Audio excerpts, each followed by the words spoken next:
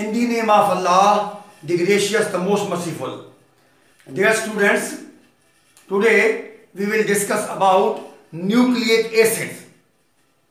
जैसा कि नाम से जाहिर है, यानी ऐसे एसिड्स जो न्यूक्लियस से एक्सट्रैक्ट किए जाएं, यानी ऐसी केमिकल सब्सटेंस, ऐसे एसिड्स जो न्यूक्लियस के अंदर जो क्रोमोसोम्स मौजूद हैं उनके अंदर मौजूद हों। न्यूक्लिक एसिड्स में दो किस्म के एसिड्स मौजूद होते हैं, एक डीएनए और एक RNA. Deoxy ribonucleic acid and ribonucleic acid.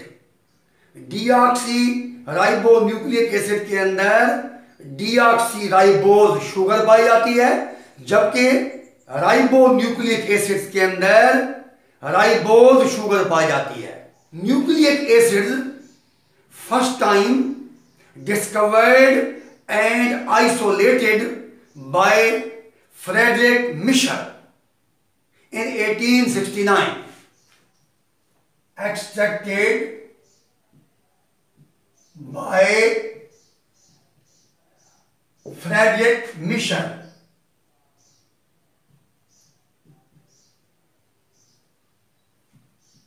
In 1869 from human cells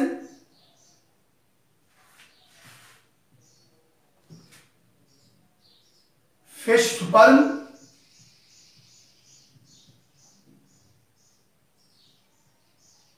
and pus cells। चूंकि ये न्यूक्लिक एसिड्स सेल्स के न्यूक्लियाई से एक्सट्रैक्ट किए गए थे, इसलिए इनकी आइसोलेशन की बुनियाद पर हम इनको न्यूक्लिक एसिड्स का नाम देते हैं। डीएनए के मुतालिक आप पहले पढ़ चुके हैं, it is the hereditary material, it will transfer the characteristics from one generation to the other generation. जब एफ माइकल ने पस सेल से एक वाइट सब्सटेंस एक्सट्रैक्ट की थी तो उसको न्यूक्लियन का नाम दिया गया था। तो ये एक असल में वाइट सब्सटेंस थी।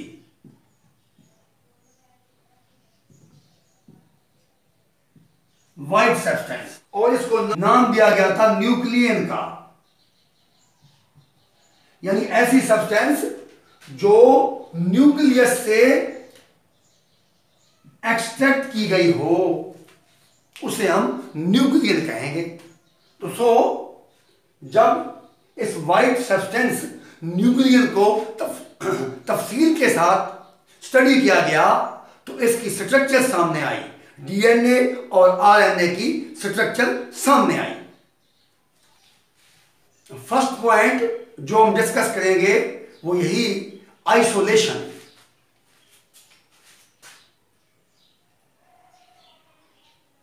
Isolation of nucleic acid.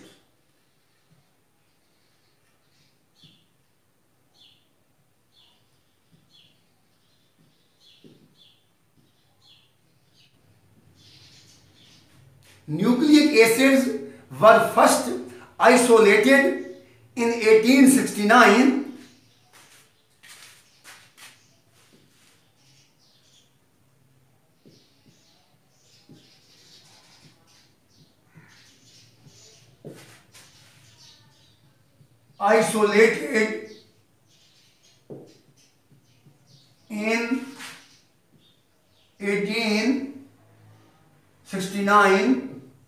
by a German chemist named as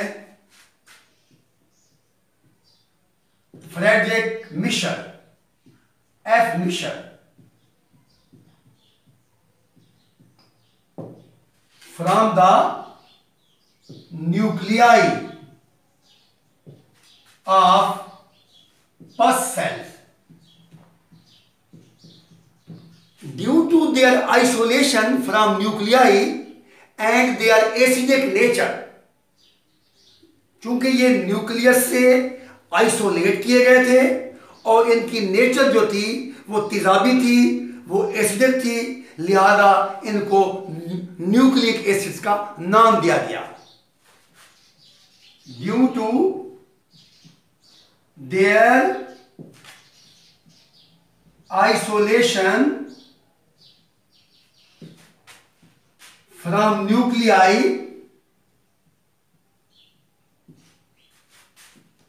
and their acidic nature, they were named as nucleic acids.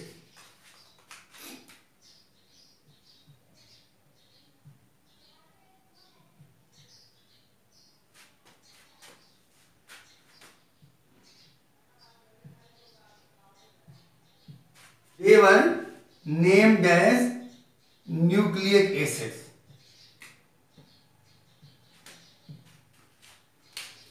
तो इनकी एसिडिक नेचर और इनकी न्यूक्लियाई से आइसोलेशन की वजह से इनको न्यूक्लिक एसिड्स का नाम दिया गया। अब हम बात करेंगे टाइप्स की। Types, there are two types of nucleic acids, number 1 DNA and number 2 RNA. Number 1 deoxy ribo nucleic acid,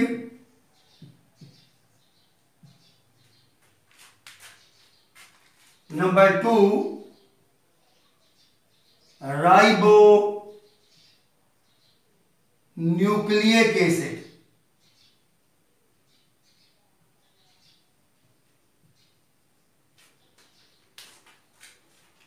यानी डीएनए और RNA.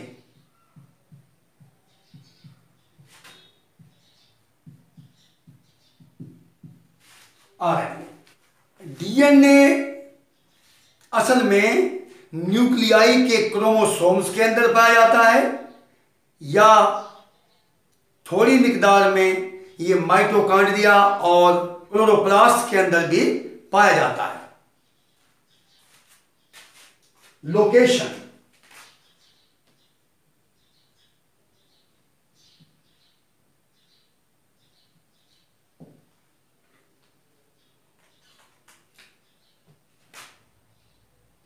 DNA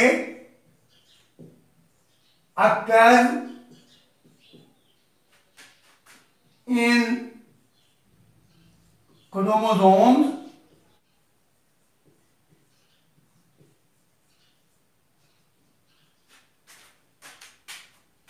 in the nuclei, because chromosomes are present in the nuclei. In the nuclei of the cell in lesser amount,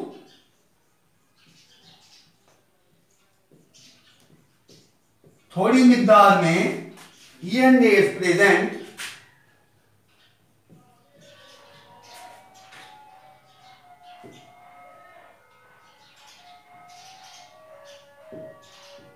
in mitochondria plus chloroplast. थोड़ी मिकदार में ये mitochondria और chloroplast में भी पाया जाता है। RNA is present in nucleolus, in ribosomes, in the cytosols and in smaller amount in other parts of the cell. RNA is present in nucleolus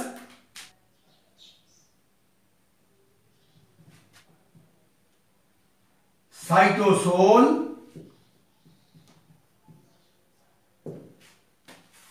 cytosol जो है it is the soluble part of cytoplasm in ribosomes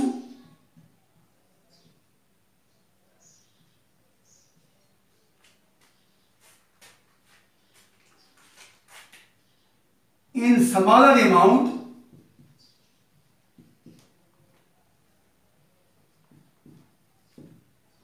RNA is present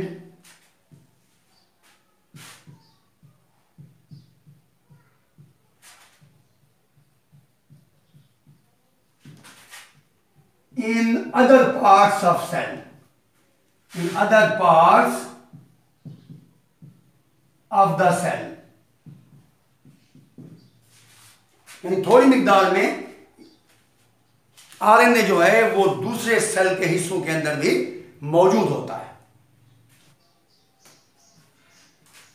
nucleic acids are made up of many subunits, these subunits are called nucleotides. यानी हम कह सकते हैं nucleic acids are the polymers of nucleotides.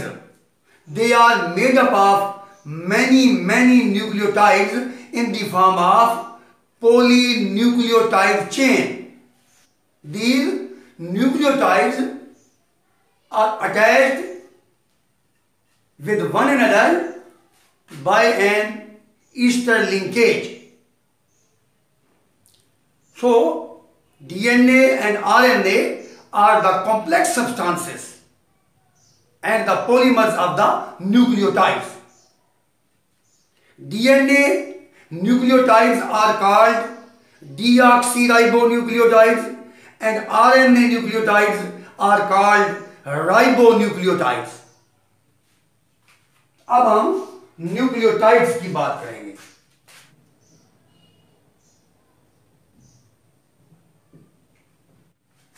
Nucleic acids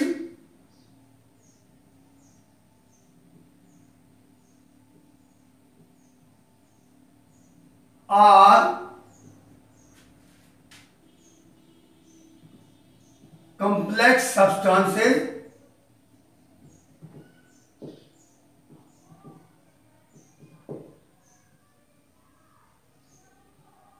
they are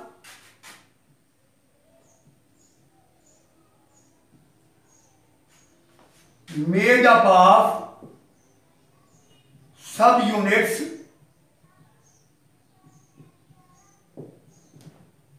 called, these subunits are called nucleotides.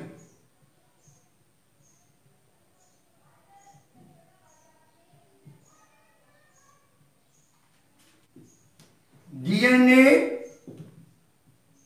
is made up of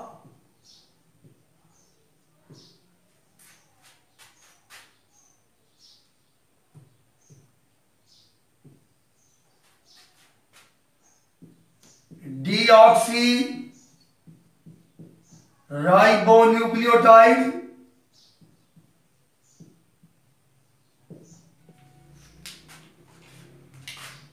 and RNA is made up of ribonucleotides.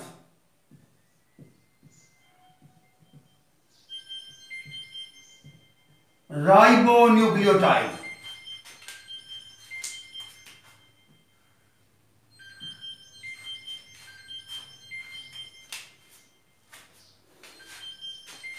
एक typical nucleotides के अंदर 3 किस्म के यूनिट्स होते हैं।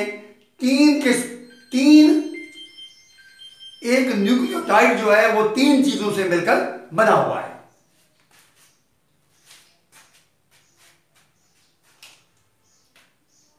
A typical nucleotide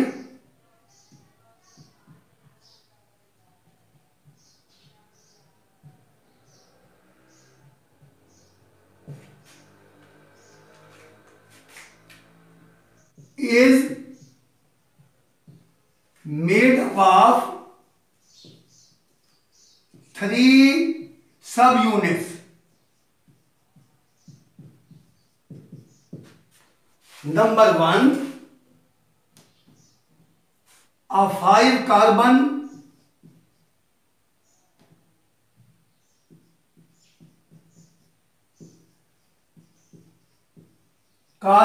monosaccharide,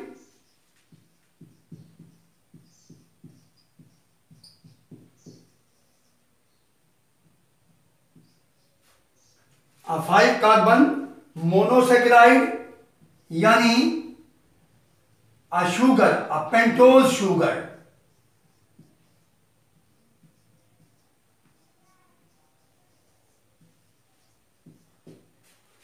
Number two, a nitrogen containing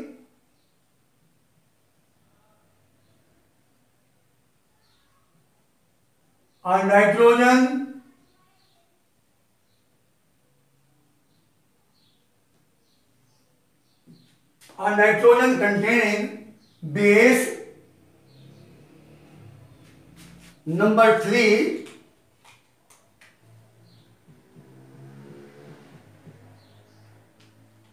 phosphoric acid.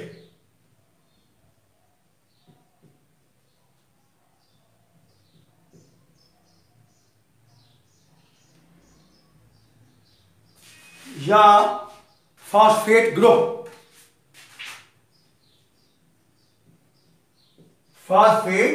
Group, तो ये 3 चीजों से एक टिपिकल न्यूक्लियोटाइड जो है वो 3 चीजों से मिलकर बनता है। नंबर 1, 5 कार्बन मोनोसैकेराइड, ये एक सिंपल शुगर है यानी पेंटोज शुगर, 5 कार्बन पर मुश्तमिल sugar. Number 2, nitrogen containing base, यानी मुख्तलिफ किस्म के बेसेस हैं, adenine, guanine, cytosine, thymine, uracil वगैरह वगैरह। एंड फास्फोरिक एसिड यानी PO4 3- फास्फोरिक एसिड। तो ये 3 चीजों से मिलकर एक न्यूक्लियोटाइड बनता है। तो अब इनकी हम बारी बारी बात करेंगे। तो पहले हम बात करेंगे पेंटोज शुगर की। पेंटोज शुगर, देखिए जी, आरएनए के अंदर जो पेंटोज शुगर मौजूद है वो राइबोज शुगर है, और डीएनए के अंदर जो पेंटोज शुगर है वो डीऑक्सीराइबोज है। यानी सेकंड कार्बन पर जो OH ग्रुप होता है वहां से अगर H रिमूव कर दिया जाए तो वो डीऑक्सीराइबोज शुगर बन जाती है। यानी ribose sugar in RNA, ribose sugar only in RNA,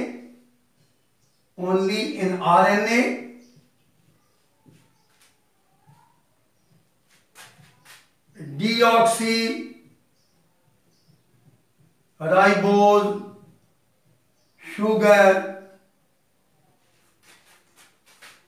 in DNA,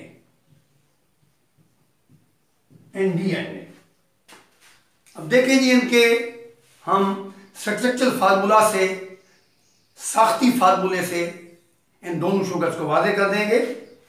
मसलन अब मैं राइबोज शुगर की अगर बात करूं,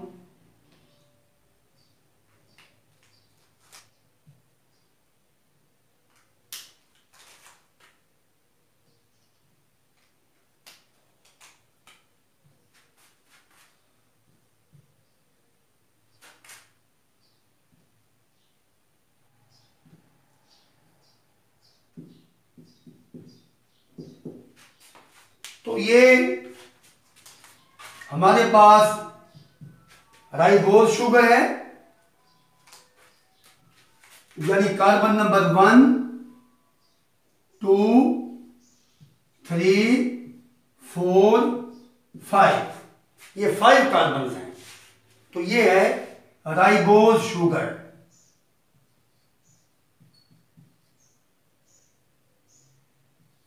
इन ओनली इन RNA। ये जो राइबोज शुगर है ये सिर्फ RNA में मौजूद है। इसी तरीके से डीऑक्सीराइबोज शुगर की हम बात करें,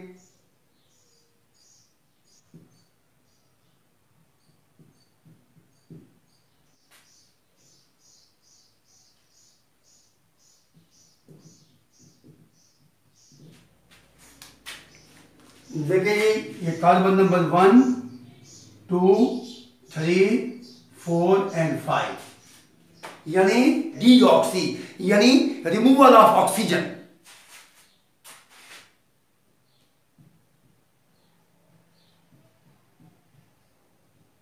deoxy ribose sugar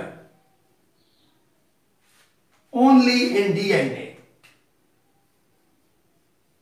only in DNA।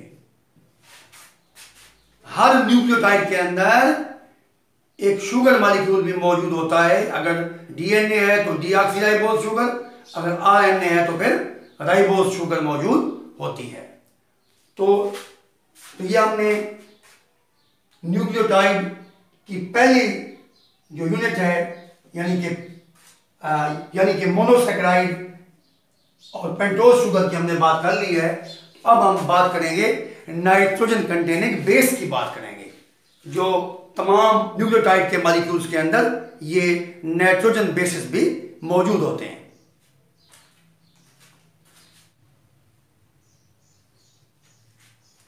Her nucleotide की दूसरी सब यूनिट जो है वो नाइट्रोजनस बेस होता है।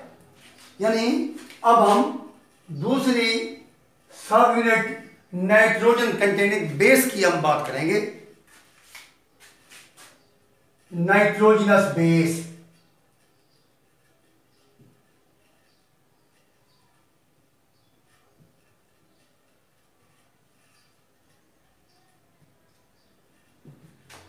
बहुत सारे नाइट्रोजनस बेसेस होते हैं। बाज डबल रिंग्ड हैं और बाज सिंगल रिंग्ड हैं। एडेनिन और गुआनिन डबल रिंग्ड हैं, साइटोसिन और थाइमीन सिंगल रिंग्ड हैं। और उसके अलावा यूरासिल भी है, वो भी सिंगल रिंग्ड बेस है जो कि RNA में पाया जाता है, जो DNA में नहीं पाया जाता। और थाइमीन जो है वो DNA में मौजूद होता है और RNA में मौजूद नहीं होता। तो nitrogenous bases are of two types. Number 1, double ringed bases. Double ringed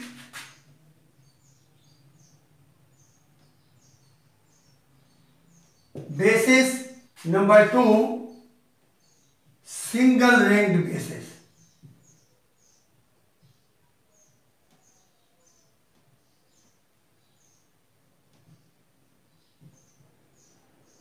single ringed basis. Double ringed basis को हम प्योरीन्स कहते हैं, प्योरीन्स। और सिंगल रिंग्ड बेसिस को हम पैरामिडीन्स कहते हैं।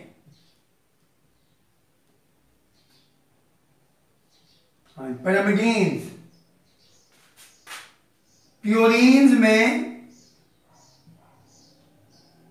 प्योरीन्स के अंदर adenine,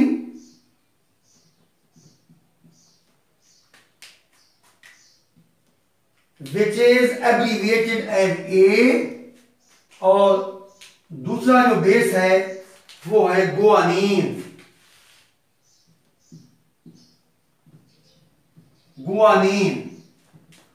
which is abbreviated as G, which is abbreviated as G। तो ये दोनों डबल रिंग हैं। यानी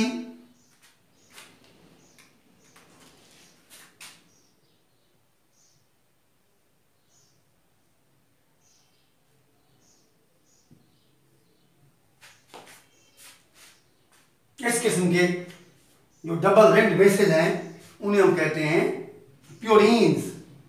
उसके अलावा 3 बेसेस जो हैं वो सिंगल रिंग्ड हैं, उन्हें हम पेरिमिडीन्स कहते हैं।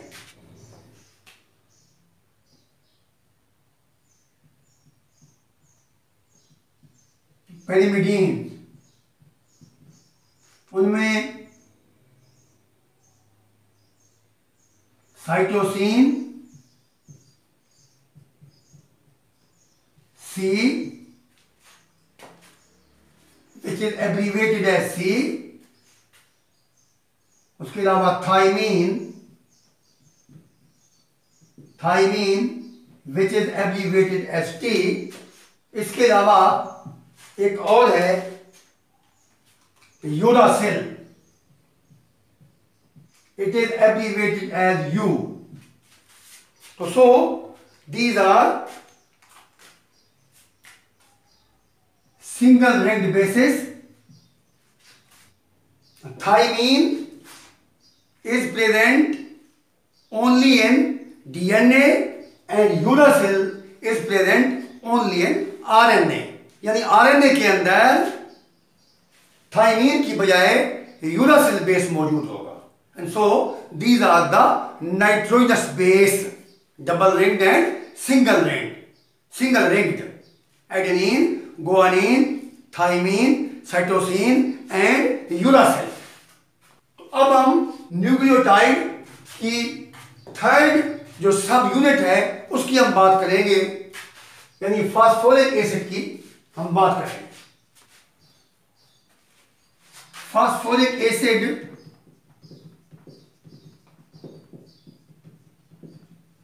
का फार्मूला है H3PO4।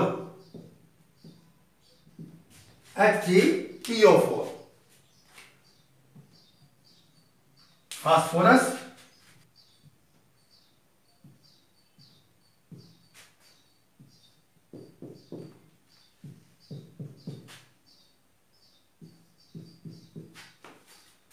अगर हम यहां से H को हटा दें तो फिर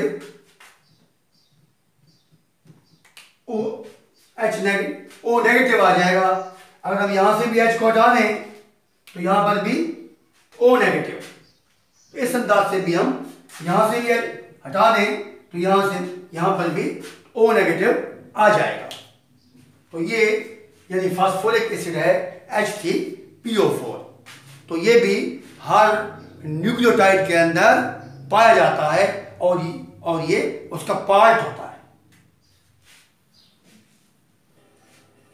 अब हमने ये देखना है कि न्यूक्लियोटाइड के ये तीनों कंपोनेंट आपस में कैसे जुड़ जाते हैं और कैसे न्यूक्लियोटाइड की शक्ल इख्तियार करते हैं।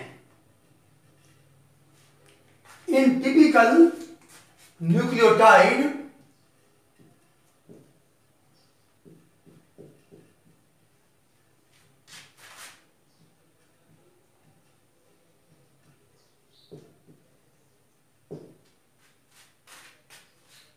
the nitrogen base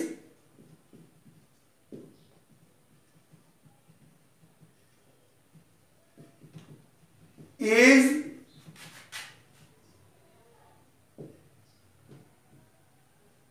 attached to carbon at position 1 of pentose sugar.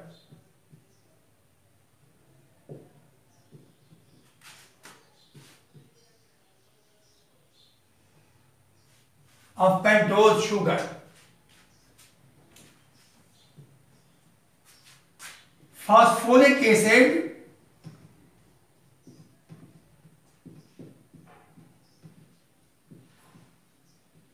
is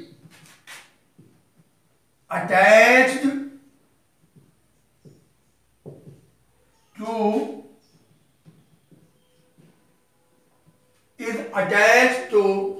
carbon. Phosphoric acid is attached to carbon at position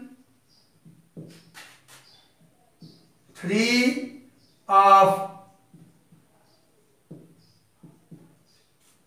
pentose sugar in front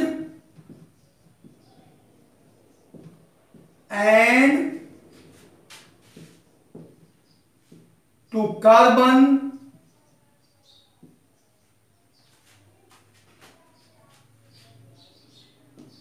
at position 5 of pentose sugar in behind it. In typical nucleotide, nitrogen base is attached to carbon at position 1 of pentose sugar. देखिए यहां पर मसलन ये एक pentose sugar है,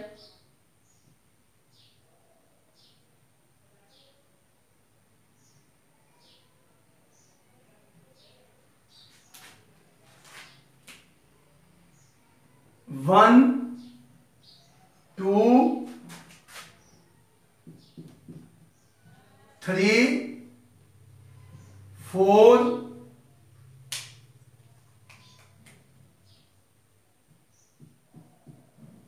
और 5।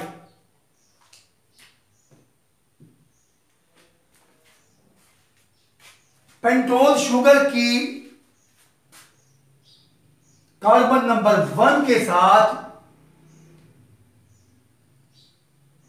Base attach होता है,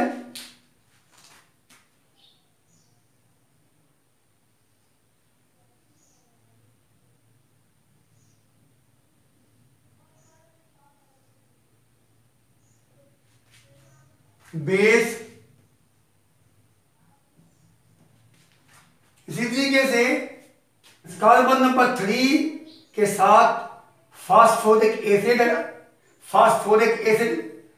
अटैच होगा और इसी तरीके से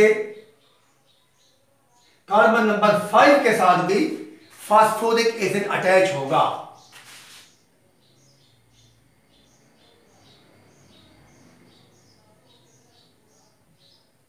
PO4 यानी हम सिंपली यूं कह सकते हैं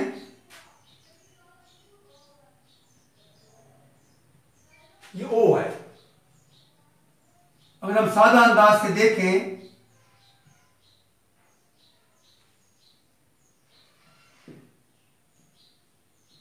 ये बेस है, ये CH3 और ये फास्फोरिक एसिड।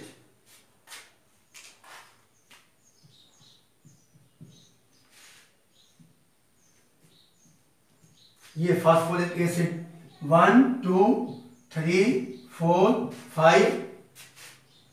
तो ये एक न्यूक्लियोटाइड है। अ typical nucleotide is composed of number 1 pentose sugar, number 2 nitrogen base, and number 3 phosphoric acid. In typical nucleotide, the nitrogen base is attached to carbon at position 1 of the pentose sugar. यानी position 1 पर base attach है। Carbon at position 3 of pentose sugar, ये third carbon है pentose sugar की, इसके साथ भी एक फास्फोरिक एसिड अटैच होता है और ये फिफ्थ कार्बन है, इसके साथ भी एक फास्फोरिक एसिड अटैच होता है और यूं phosphoric acid double Easter linkage बनाता है। अब हम देखेंगे कि ईस्टर लिंकेज कैसे बनता है। तो ये मैंने आपको न्यूक्लियोटाइड की जो स्ट्रक्चर है उसकी साख्त है वो मैंने यहां पे दिखाई है।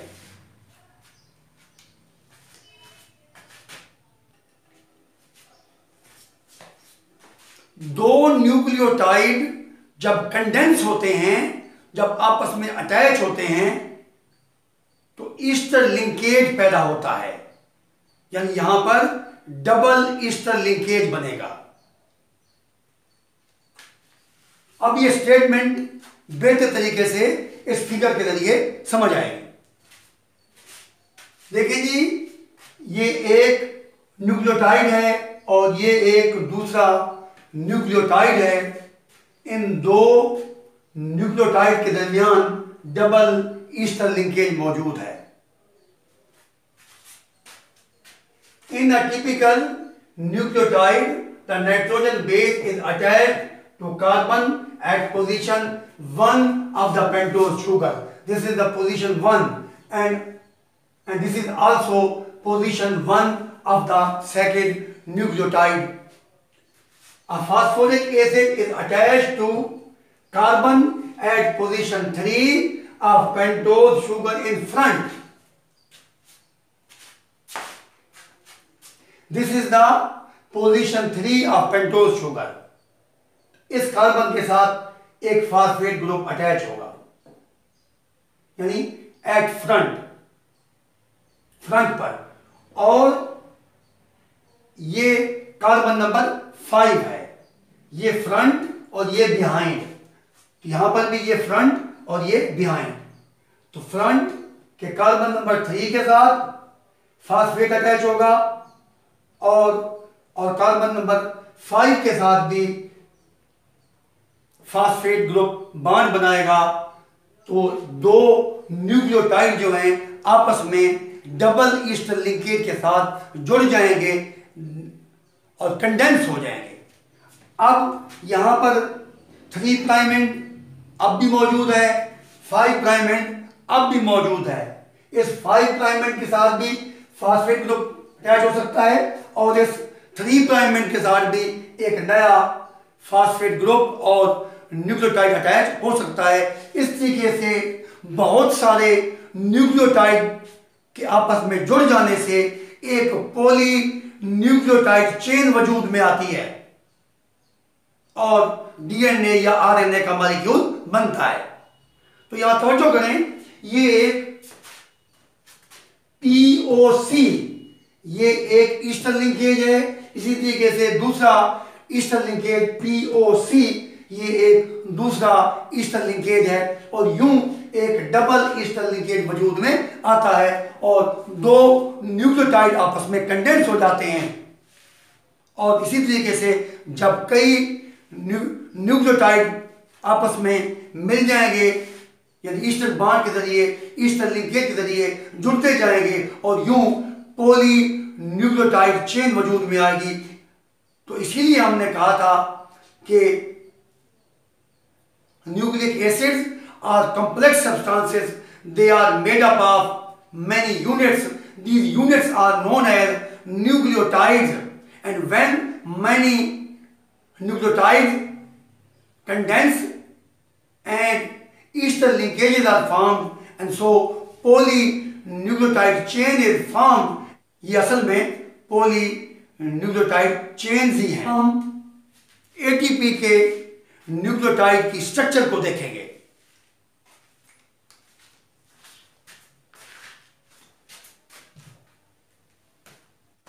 ATP is an important nucleotide. It is composed of pentose sugar ribose, adenine nitrogen base and 3 phosphate groups। और ये जो है ये एक ट्राईफॉस्फेट है, यानी एडिनोसिन ट्राईफॉस्फेट। ये ऐसा न्यूक्लियोटाइड है जिसमें 3 फास्फेट पाए जाते हैं, 3 फास्फेट ग्रुप पाए जाते हैं।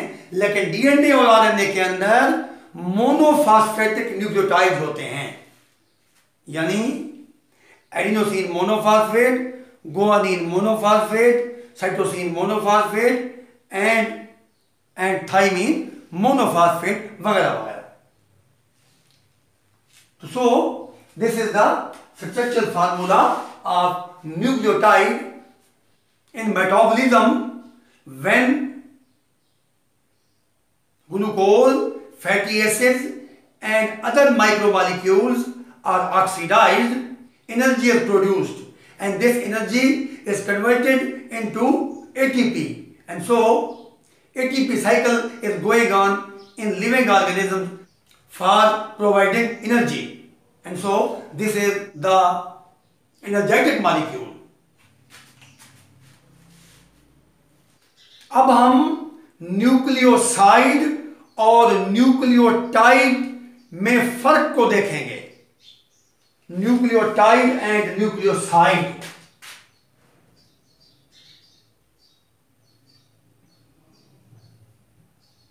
Nucleoside and nucleotide.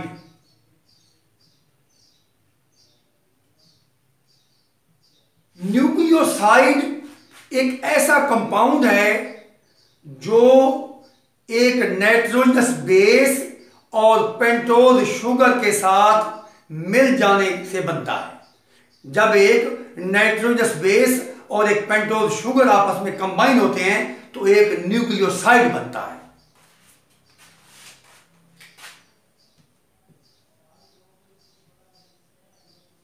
Nucleoside is equal to base जमा pentose sugar.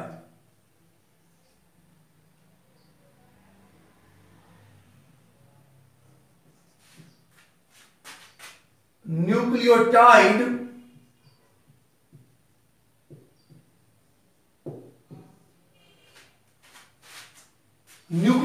is composed of base जमा पेंटोज शुगर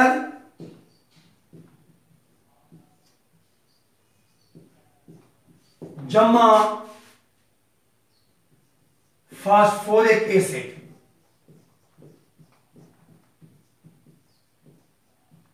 या फास्फेट ग्रुप. तो हम कह सकते हैं a compound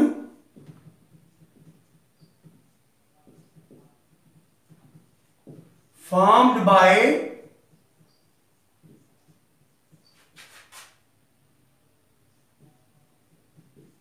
combination of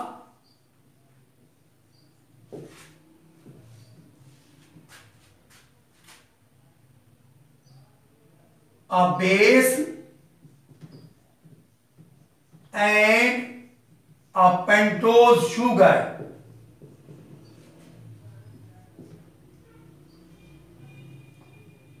is called nucleoside. Is called nucleoside.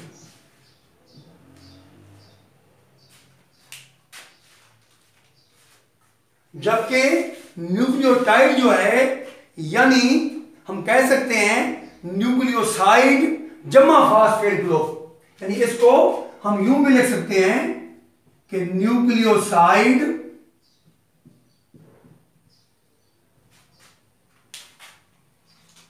जमा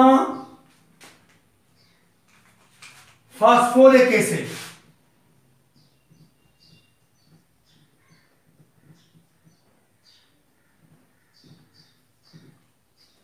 जब ये दोनों मिलते हैं तो एक न्यूक्लियोटाइड वजूद में आता है.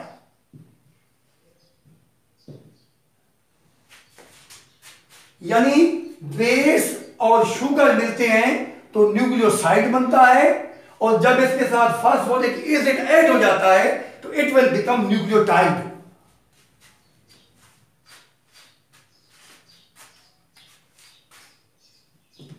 A nucleotide, a nucleoside and phosphoric acid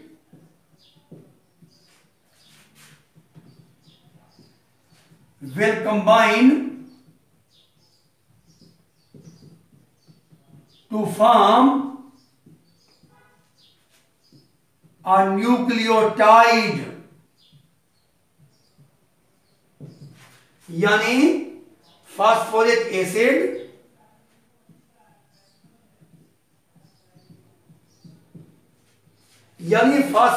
acid और न्यूक्लियोसाइड जब आपस में मिलते हैं तो न्यूक्लियोटाइड वजूद में आता है।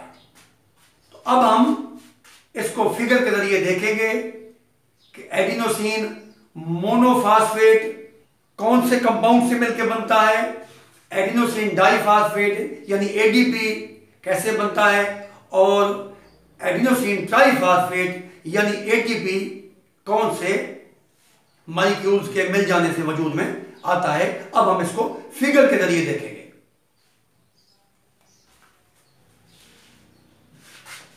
अब हम एटीपी के कंपोनेंट्स की बात करेंगे। ATP is composed of adenine nitrogen base plus ribose sugar plus 3 phosphate groups. Components of ATP, adenine plus sugar. जब एक नाइट्रोजन बेस और शुगर मिलते हैं तो उसे हम कहते हैं न्यूक्लियोसाइड, और जब एक फास्फेट ग्रुप ऐड हो जाता है यानी adenine plus ribose sugar plus phosphate, तो यह बनता है एडिनोसिन मोनोफास्फेट, यानी जिसमें एक फास्फेट मौजूद है। ऐसा न्यूक्लियोटाइड जिसमें एक फास्फेट मौजूद है यानी मोनोफास्फेट है, उसे हम कहते हैं, sorry, this is the AMP, यानी adenosine monophosphate AMP. Adenine plus ribose sugar plus phosphate plus phosphate, जब 2 फास्फेट मिलेंगे तो यह बन जाएगा एडिनोसिन डाइफास्फेट एटीपी। इसी तरीके से जब एडिनाइन राइबोज शुगर और 3 फास्फेट मिलेंगे आपस में तो यह बन जाएगा एडिनोसिन ट्राइफास्फेट यानी एटीपी। तो ये एटीपी साइकिल जो है ये लिविंग सेल्स के अंदर चलता रहता है और एनर्जी सप्लाई होती रहती है, और यूं मेटाबॉलिक एक्टिविटीज और ऑर्गेनिजम्स की मुख्तलिफ एक्टिविटीज और सेल्स के अंदर जो एक्टिविटीज हैं वो बरूए कार लाई जाती हैं। ATP is an important nucleotide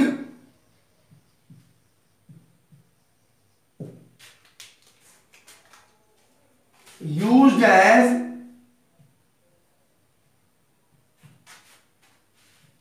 energy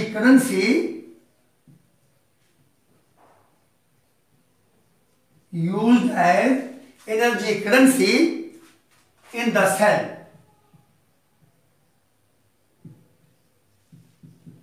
ये एक ऐसा मॉलिक्यूल है जिसमें हाई एनर्जी बॉन्ड्स होते हैं। These bonds are called high energy bonds, and so when these bonds are broken down, much amount of energy is released, and so हम कह सकते हैं ATP एक ऐसा न्यूक्लियोटाइड है जो एक एनर्जी करेंसी है। आज हमने न्यूक्लिक एसिड्स को स्टडी किया जिसमें हमने देखा कि nucleic acids are very important organic compounds. They are present in the chromosomes, mitochondria, as well as in the chloroplast, और RNA is present in nucleolus। इसी तरीके से न्यूक्लिक एसिड्स की 2 टाइप्स हैं, एक डीएनए और एक आरएनए। इसमें हमने डीएनए की स्ट्रक्चर को भी देखा और आरएनए के कंपोनेंट्स को भी हमने देखा। तो सो these nucleotides are composed of many subunits. These are called nucleotides. Every nucleotide is composed of a nitrogen base, a pentose sugar and phosphate group. इसी तरीके से हमने न्यूक्लियोटाइड और न्यूक्लियोसाइड में फर्क को भी देखा। अगर एक नाइट्रोजन बेस और शुगर आपस में मिल जाएं तो एक न्यूक्लियोसाइड बन जाता है। अगर न्यूक्लियोसाइड के साथ फास्फेट ग्रुप भी ऐड हो जाए, फास्फेट ग्रुप भी अटैच हो जाए, तो वो न्यूक्लियोटाइड बन जाता है। तो हमने ये भी देखा ATP is an important nucleotide. Its components are shown in the figure: adenine ribose sugar plus 3 phosphates, and this forms ATP adenosine triphosphate. And so this ATP is an energy currency in the cell. Thank you very much.